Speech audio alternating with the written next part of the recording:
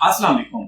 आज की वीडियो में मैं आपको ये बताऊंगा डीकेजी 105 के कनेक्शन कैसे किए जाते हैं। तो आइए हम लोग चलते हैं कंप्यूटर की स्क्रीन पर। जी दोस्तों, इस वक्त हम लोग मौजूद हैं डीकेजी 105 के कनेक्शन डायग्राम पर।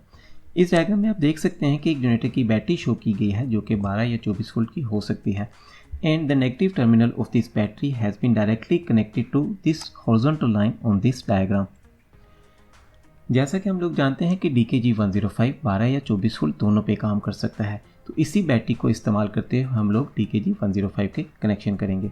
तो देखिए डीकेजी 105 की जो 14 पिन है वो पॉजिटिव पिन है और उसको बैटरी के पॉजिटिव टर्मिनल के साथ कनेक्ट कर दिया गया, और इसी तरह डीकेजी 105 की जो 13 पिन है वो नेगेटिव है और उसको बैटरी के नेगेटिव के साथ कनेक्ट कर दिया गया। इससे आपके कंट्रोलर को सप्लाई मिल जाएगी और आपका कंट्रोलर ऑन हो जाएगा। अब हम लोग देखते हैं कि ये 3 पिन है, इनका फंक्शन क्या है। ये 10 नंबर पिन, 11 नंबर पिन और 12 पिन ये जनरेटर को स्टार्ट और स्टॉप करने के लिए इस्तेमाल होगी। अब ये देखिए कि जब 10 नंबर पिन है इधर से आउटपुट आएगी और आपके फ्यूल को ऑन करेगी। जो ही फ्यूल ऑन होगा तो आपके जनरेटर को फ्यूल की सप्लाई मिलना शुरू हो जाएगी और फ्यूल की सप्लाई मिलने से ये स्टार्टिंग पोजीशन में आ जाएगा। जो ही फ्यूल ऑन होगा तो उसके बाद आपके जनरेटर की ये क्रैंकिंग के लिए ऑन होगी जो एक स्टार्टर मोटर को ऑन करवाएगी और आपका जनरेटर स्टार्ट होने लग जाएगा। जो ही स्टार्ट होगा तो ये क्रैंकिंग आपकी बंद हो जाएगी और आपका जनरेटर ऑन ही रहेगा चूँकि आपका फ्यूल ऑन है, और जब भी जनरेटर बंद होना होगा तो ये फ्यूल की सप्लाई इस पे से बंद हो जाएगी। इसी तरह आपके पास पिन नंबर 12 के ऊपर जो है वो एक ऑक्सिलरी आउटपुट है जो कि आपकी अलार्म के लिए, प्री हीट के लिए या स्टॉपिंग के लिए इस्तेमाल हो सकती है, और इसको हम लोग कन्फिगर कर सकते हैं अपने कंट्रोलर के अंदर जाकर। अब हम लोग देखते हैं जी हमारे पास जो 9 नंबर पिन है उसके ऊपर एक ऑयल प्रेशर स्विच कनेक्ट किया गया है जो कि नॉर्मली क्लोज है, और जब भी आपके इंजन का ऑयल प्रेशर कम होगा तो ये स्विच नेगेटिव सिग्नल देगा आपके कंट्रोलर को, आपका कंट्रोलर जनरेटर को बंद करवा देगा। इसी तरह आपकी 8 नंबर पिन जो है इसके ऊपर हाई टेम्परेचर स्विच इस्तेमाल किया गया है कि आपके इंजन का टेम्परेचर जब भी बढ़ेगा तो ये स्विच ऑन होगा और आपके कंट्रोलर को नेगेटिव सिग्नल देगा 8 नंबर पिन पे और आपका जनरेटर बंद करवा देगा। इस तरह आपके पास ये एक ऑप्शनल इनपुट है जो कि आपके जनरेटर के इमरजेंसी स्टॉप के तौर पे या रिमोट स्टार्ट के तौर पे इस्तेमाल हो सकती है। अब हम लोग आते हैं जी इसके पावर कनेक्शन की तरफ। आप देखें कि इस पावर कनेक्शन वाली साइड के ऊपर वाली तरफ आपके पास 3 मेजर चीज़ें हैं। एक है मेंस की सप्लाई जो कि ट्रांसफार्मर से आपके पास आ रही होगी, ये है ऑल्टरनेटर की सप्लाई जो कि आपके पास जनरेटर से आ रही होगी, और ये है आपका लोड। ये देखें इसके कनेक्शन कैसे किए गए हैं।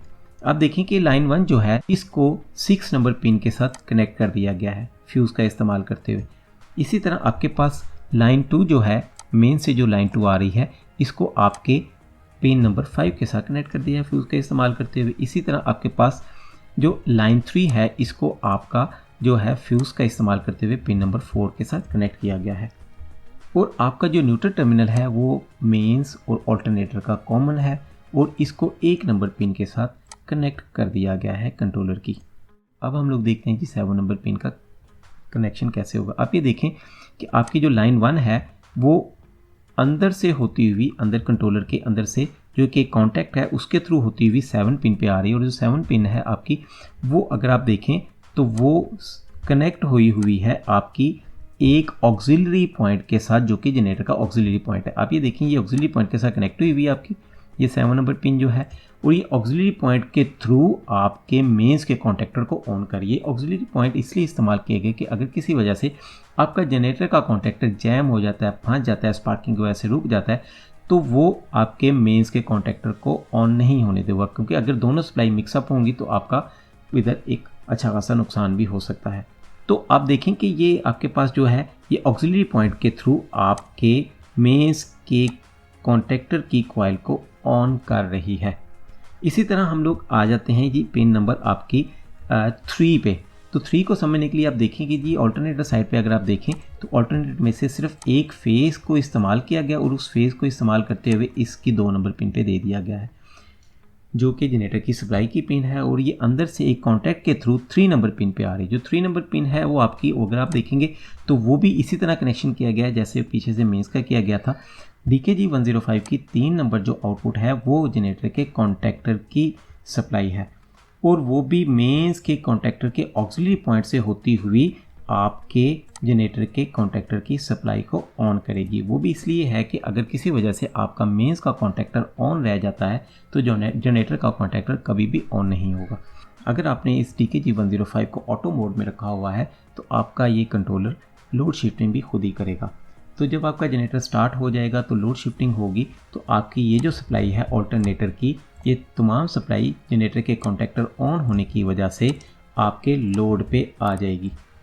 और इसी तरह जब जनरेटर आपका बंद होगा तो ऑटोमेटिकली लोड जो है वो आपका ट्रांसफ़र हो जाएगा मेंस पे। तो ये मेंस की सप्लाई जो है आपका मेंस का जब कॉन्टैक्टर ऑन होगा तो मेंस के कॉन्टैक्टर के ऑन होते साथ ही ये सप्लाई आपकी लोड पे आ जाए। तो ये थी जी हमारी DKG 105 की कनेक्शन डायग्राम। अगर आपको इसमें कोई बात समझ नहीं लगी, अगर आपका कोई पॉइंट है जो आप पूछना चाहते हैं तो आप नीचे कमेंट सेक्शन में मुझे पूछ सकते हैं। इसके साथ ही मुझे इजाज़त दीजिए। अल्लाह हाफिज़।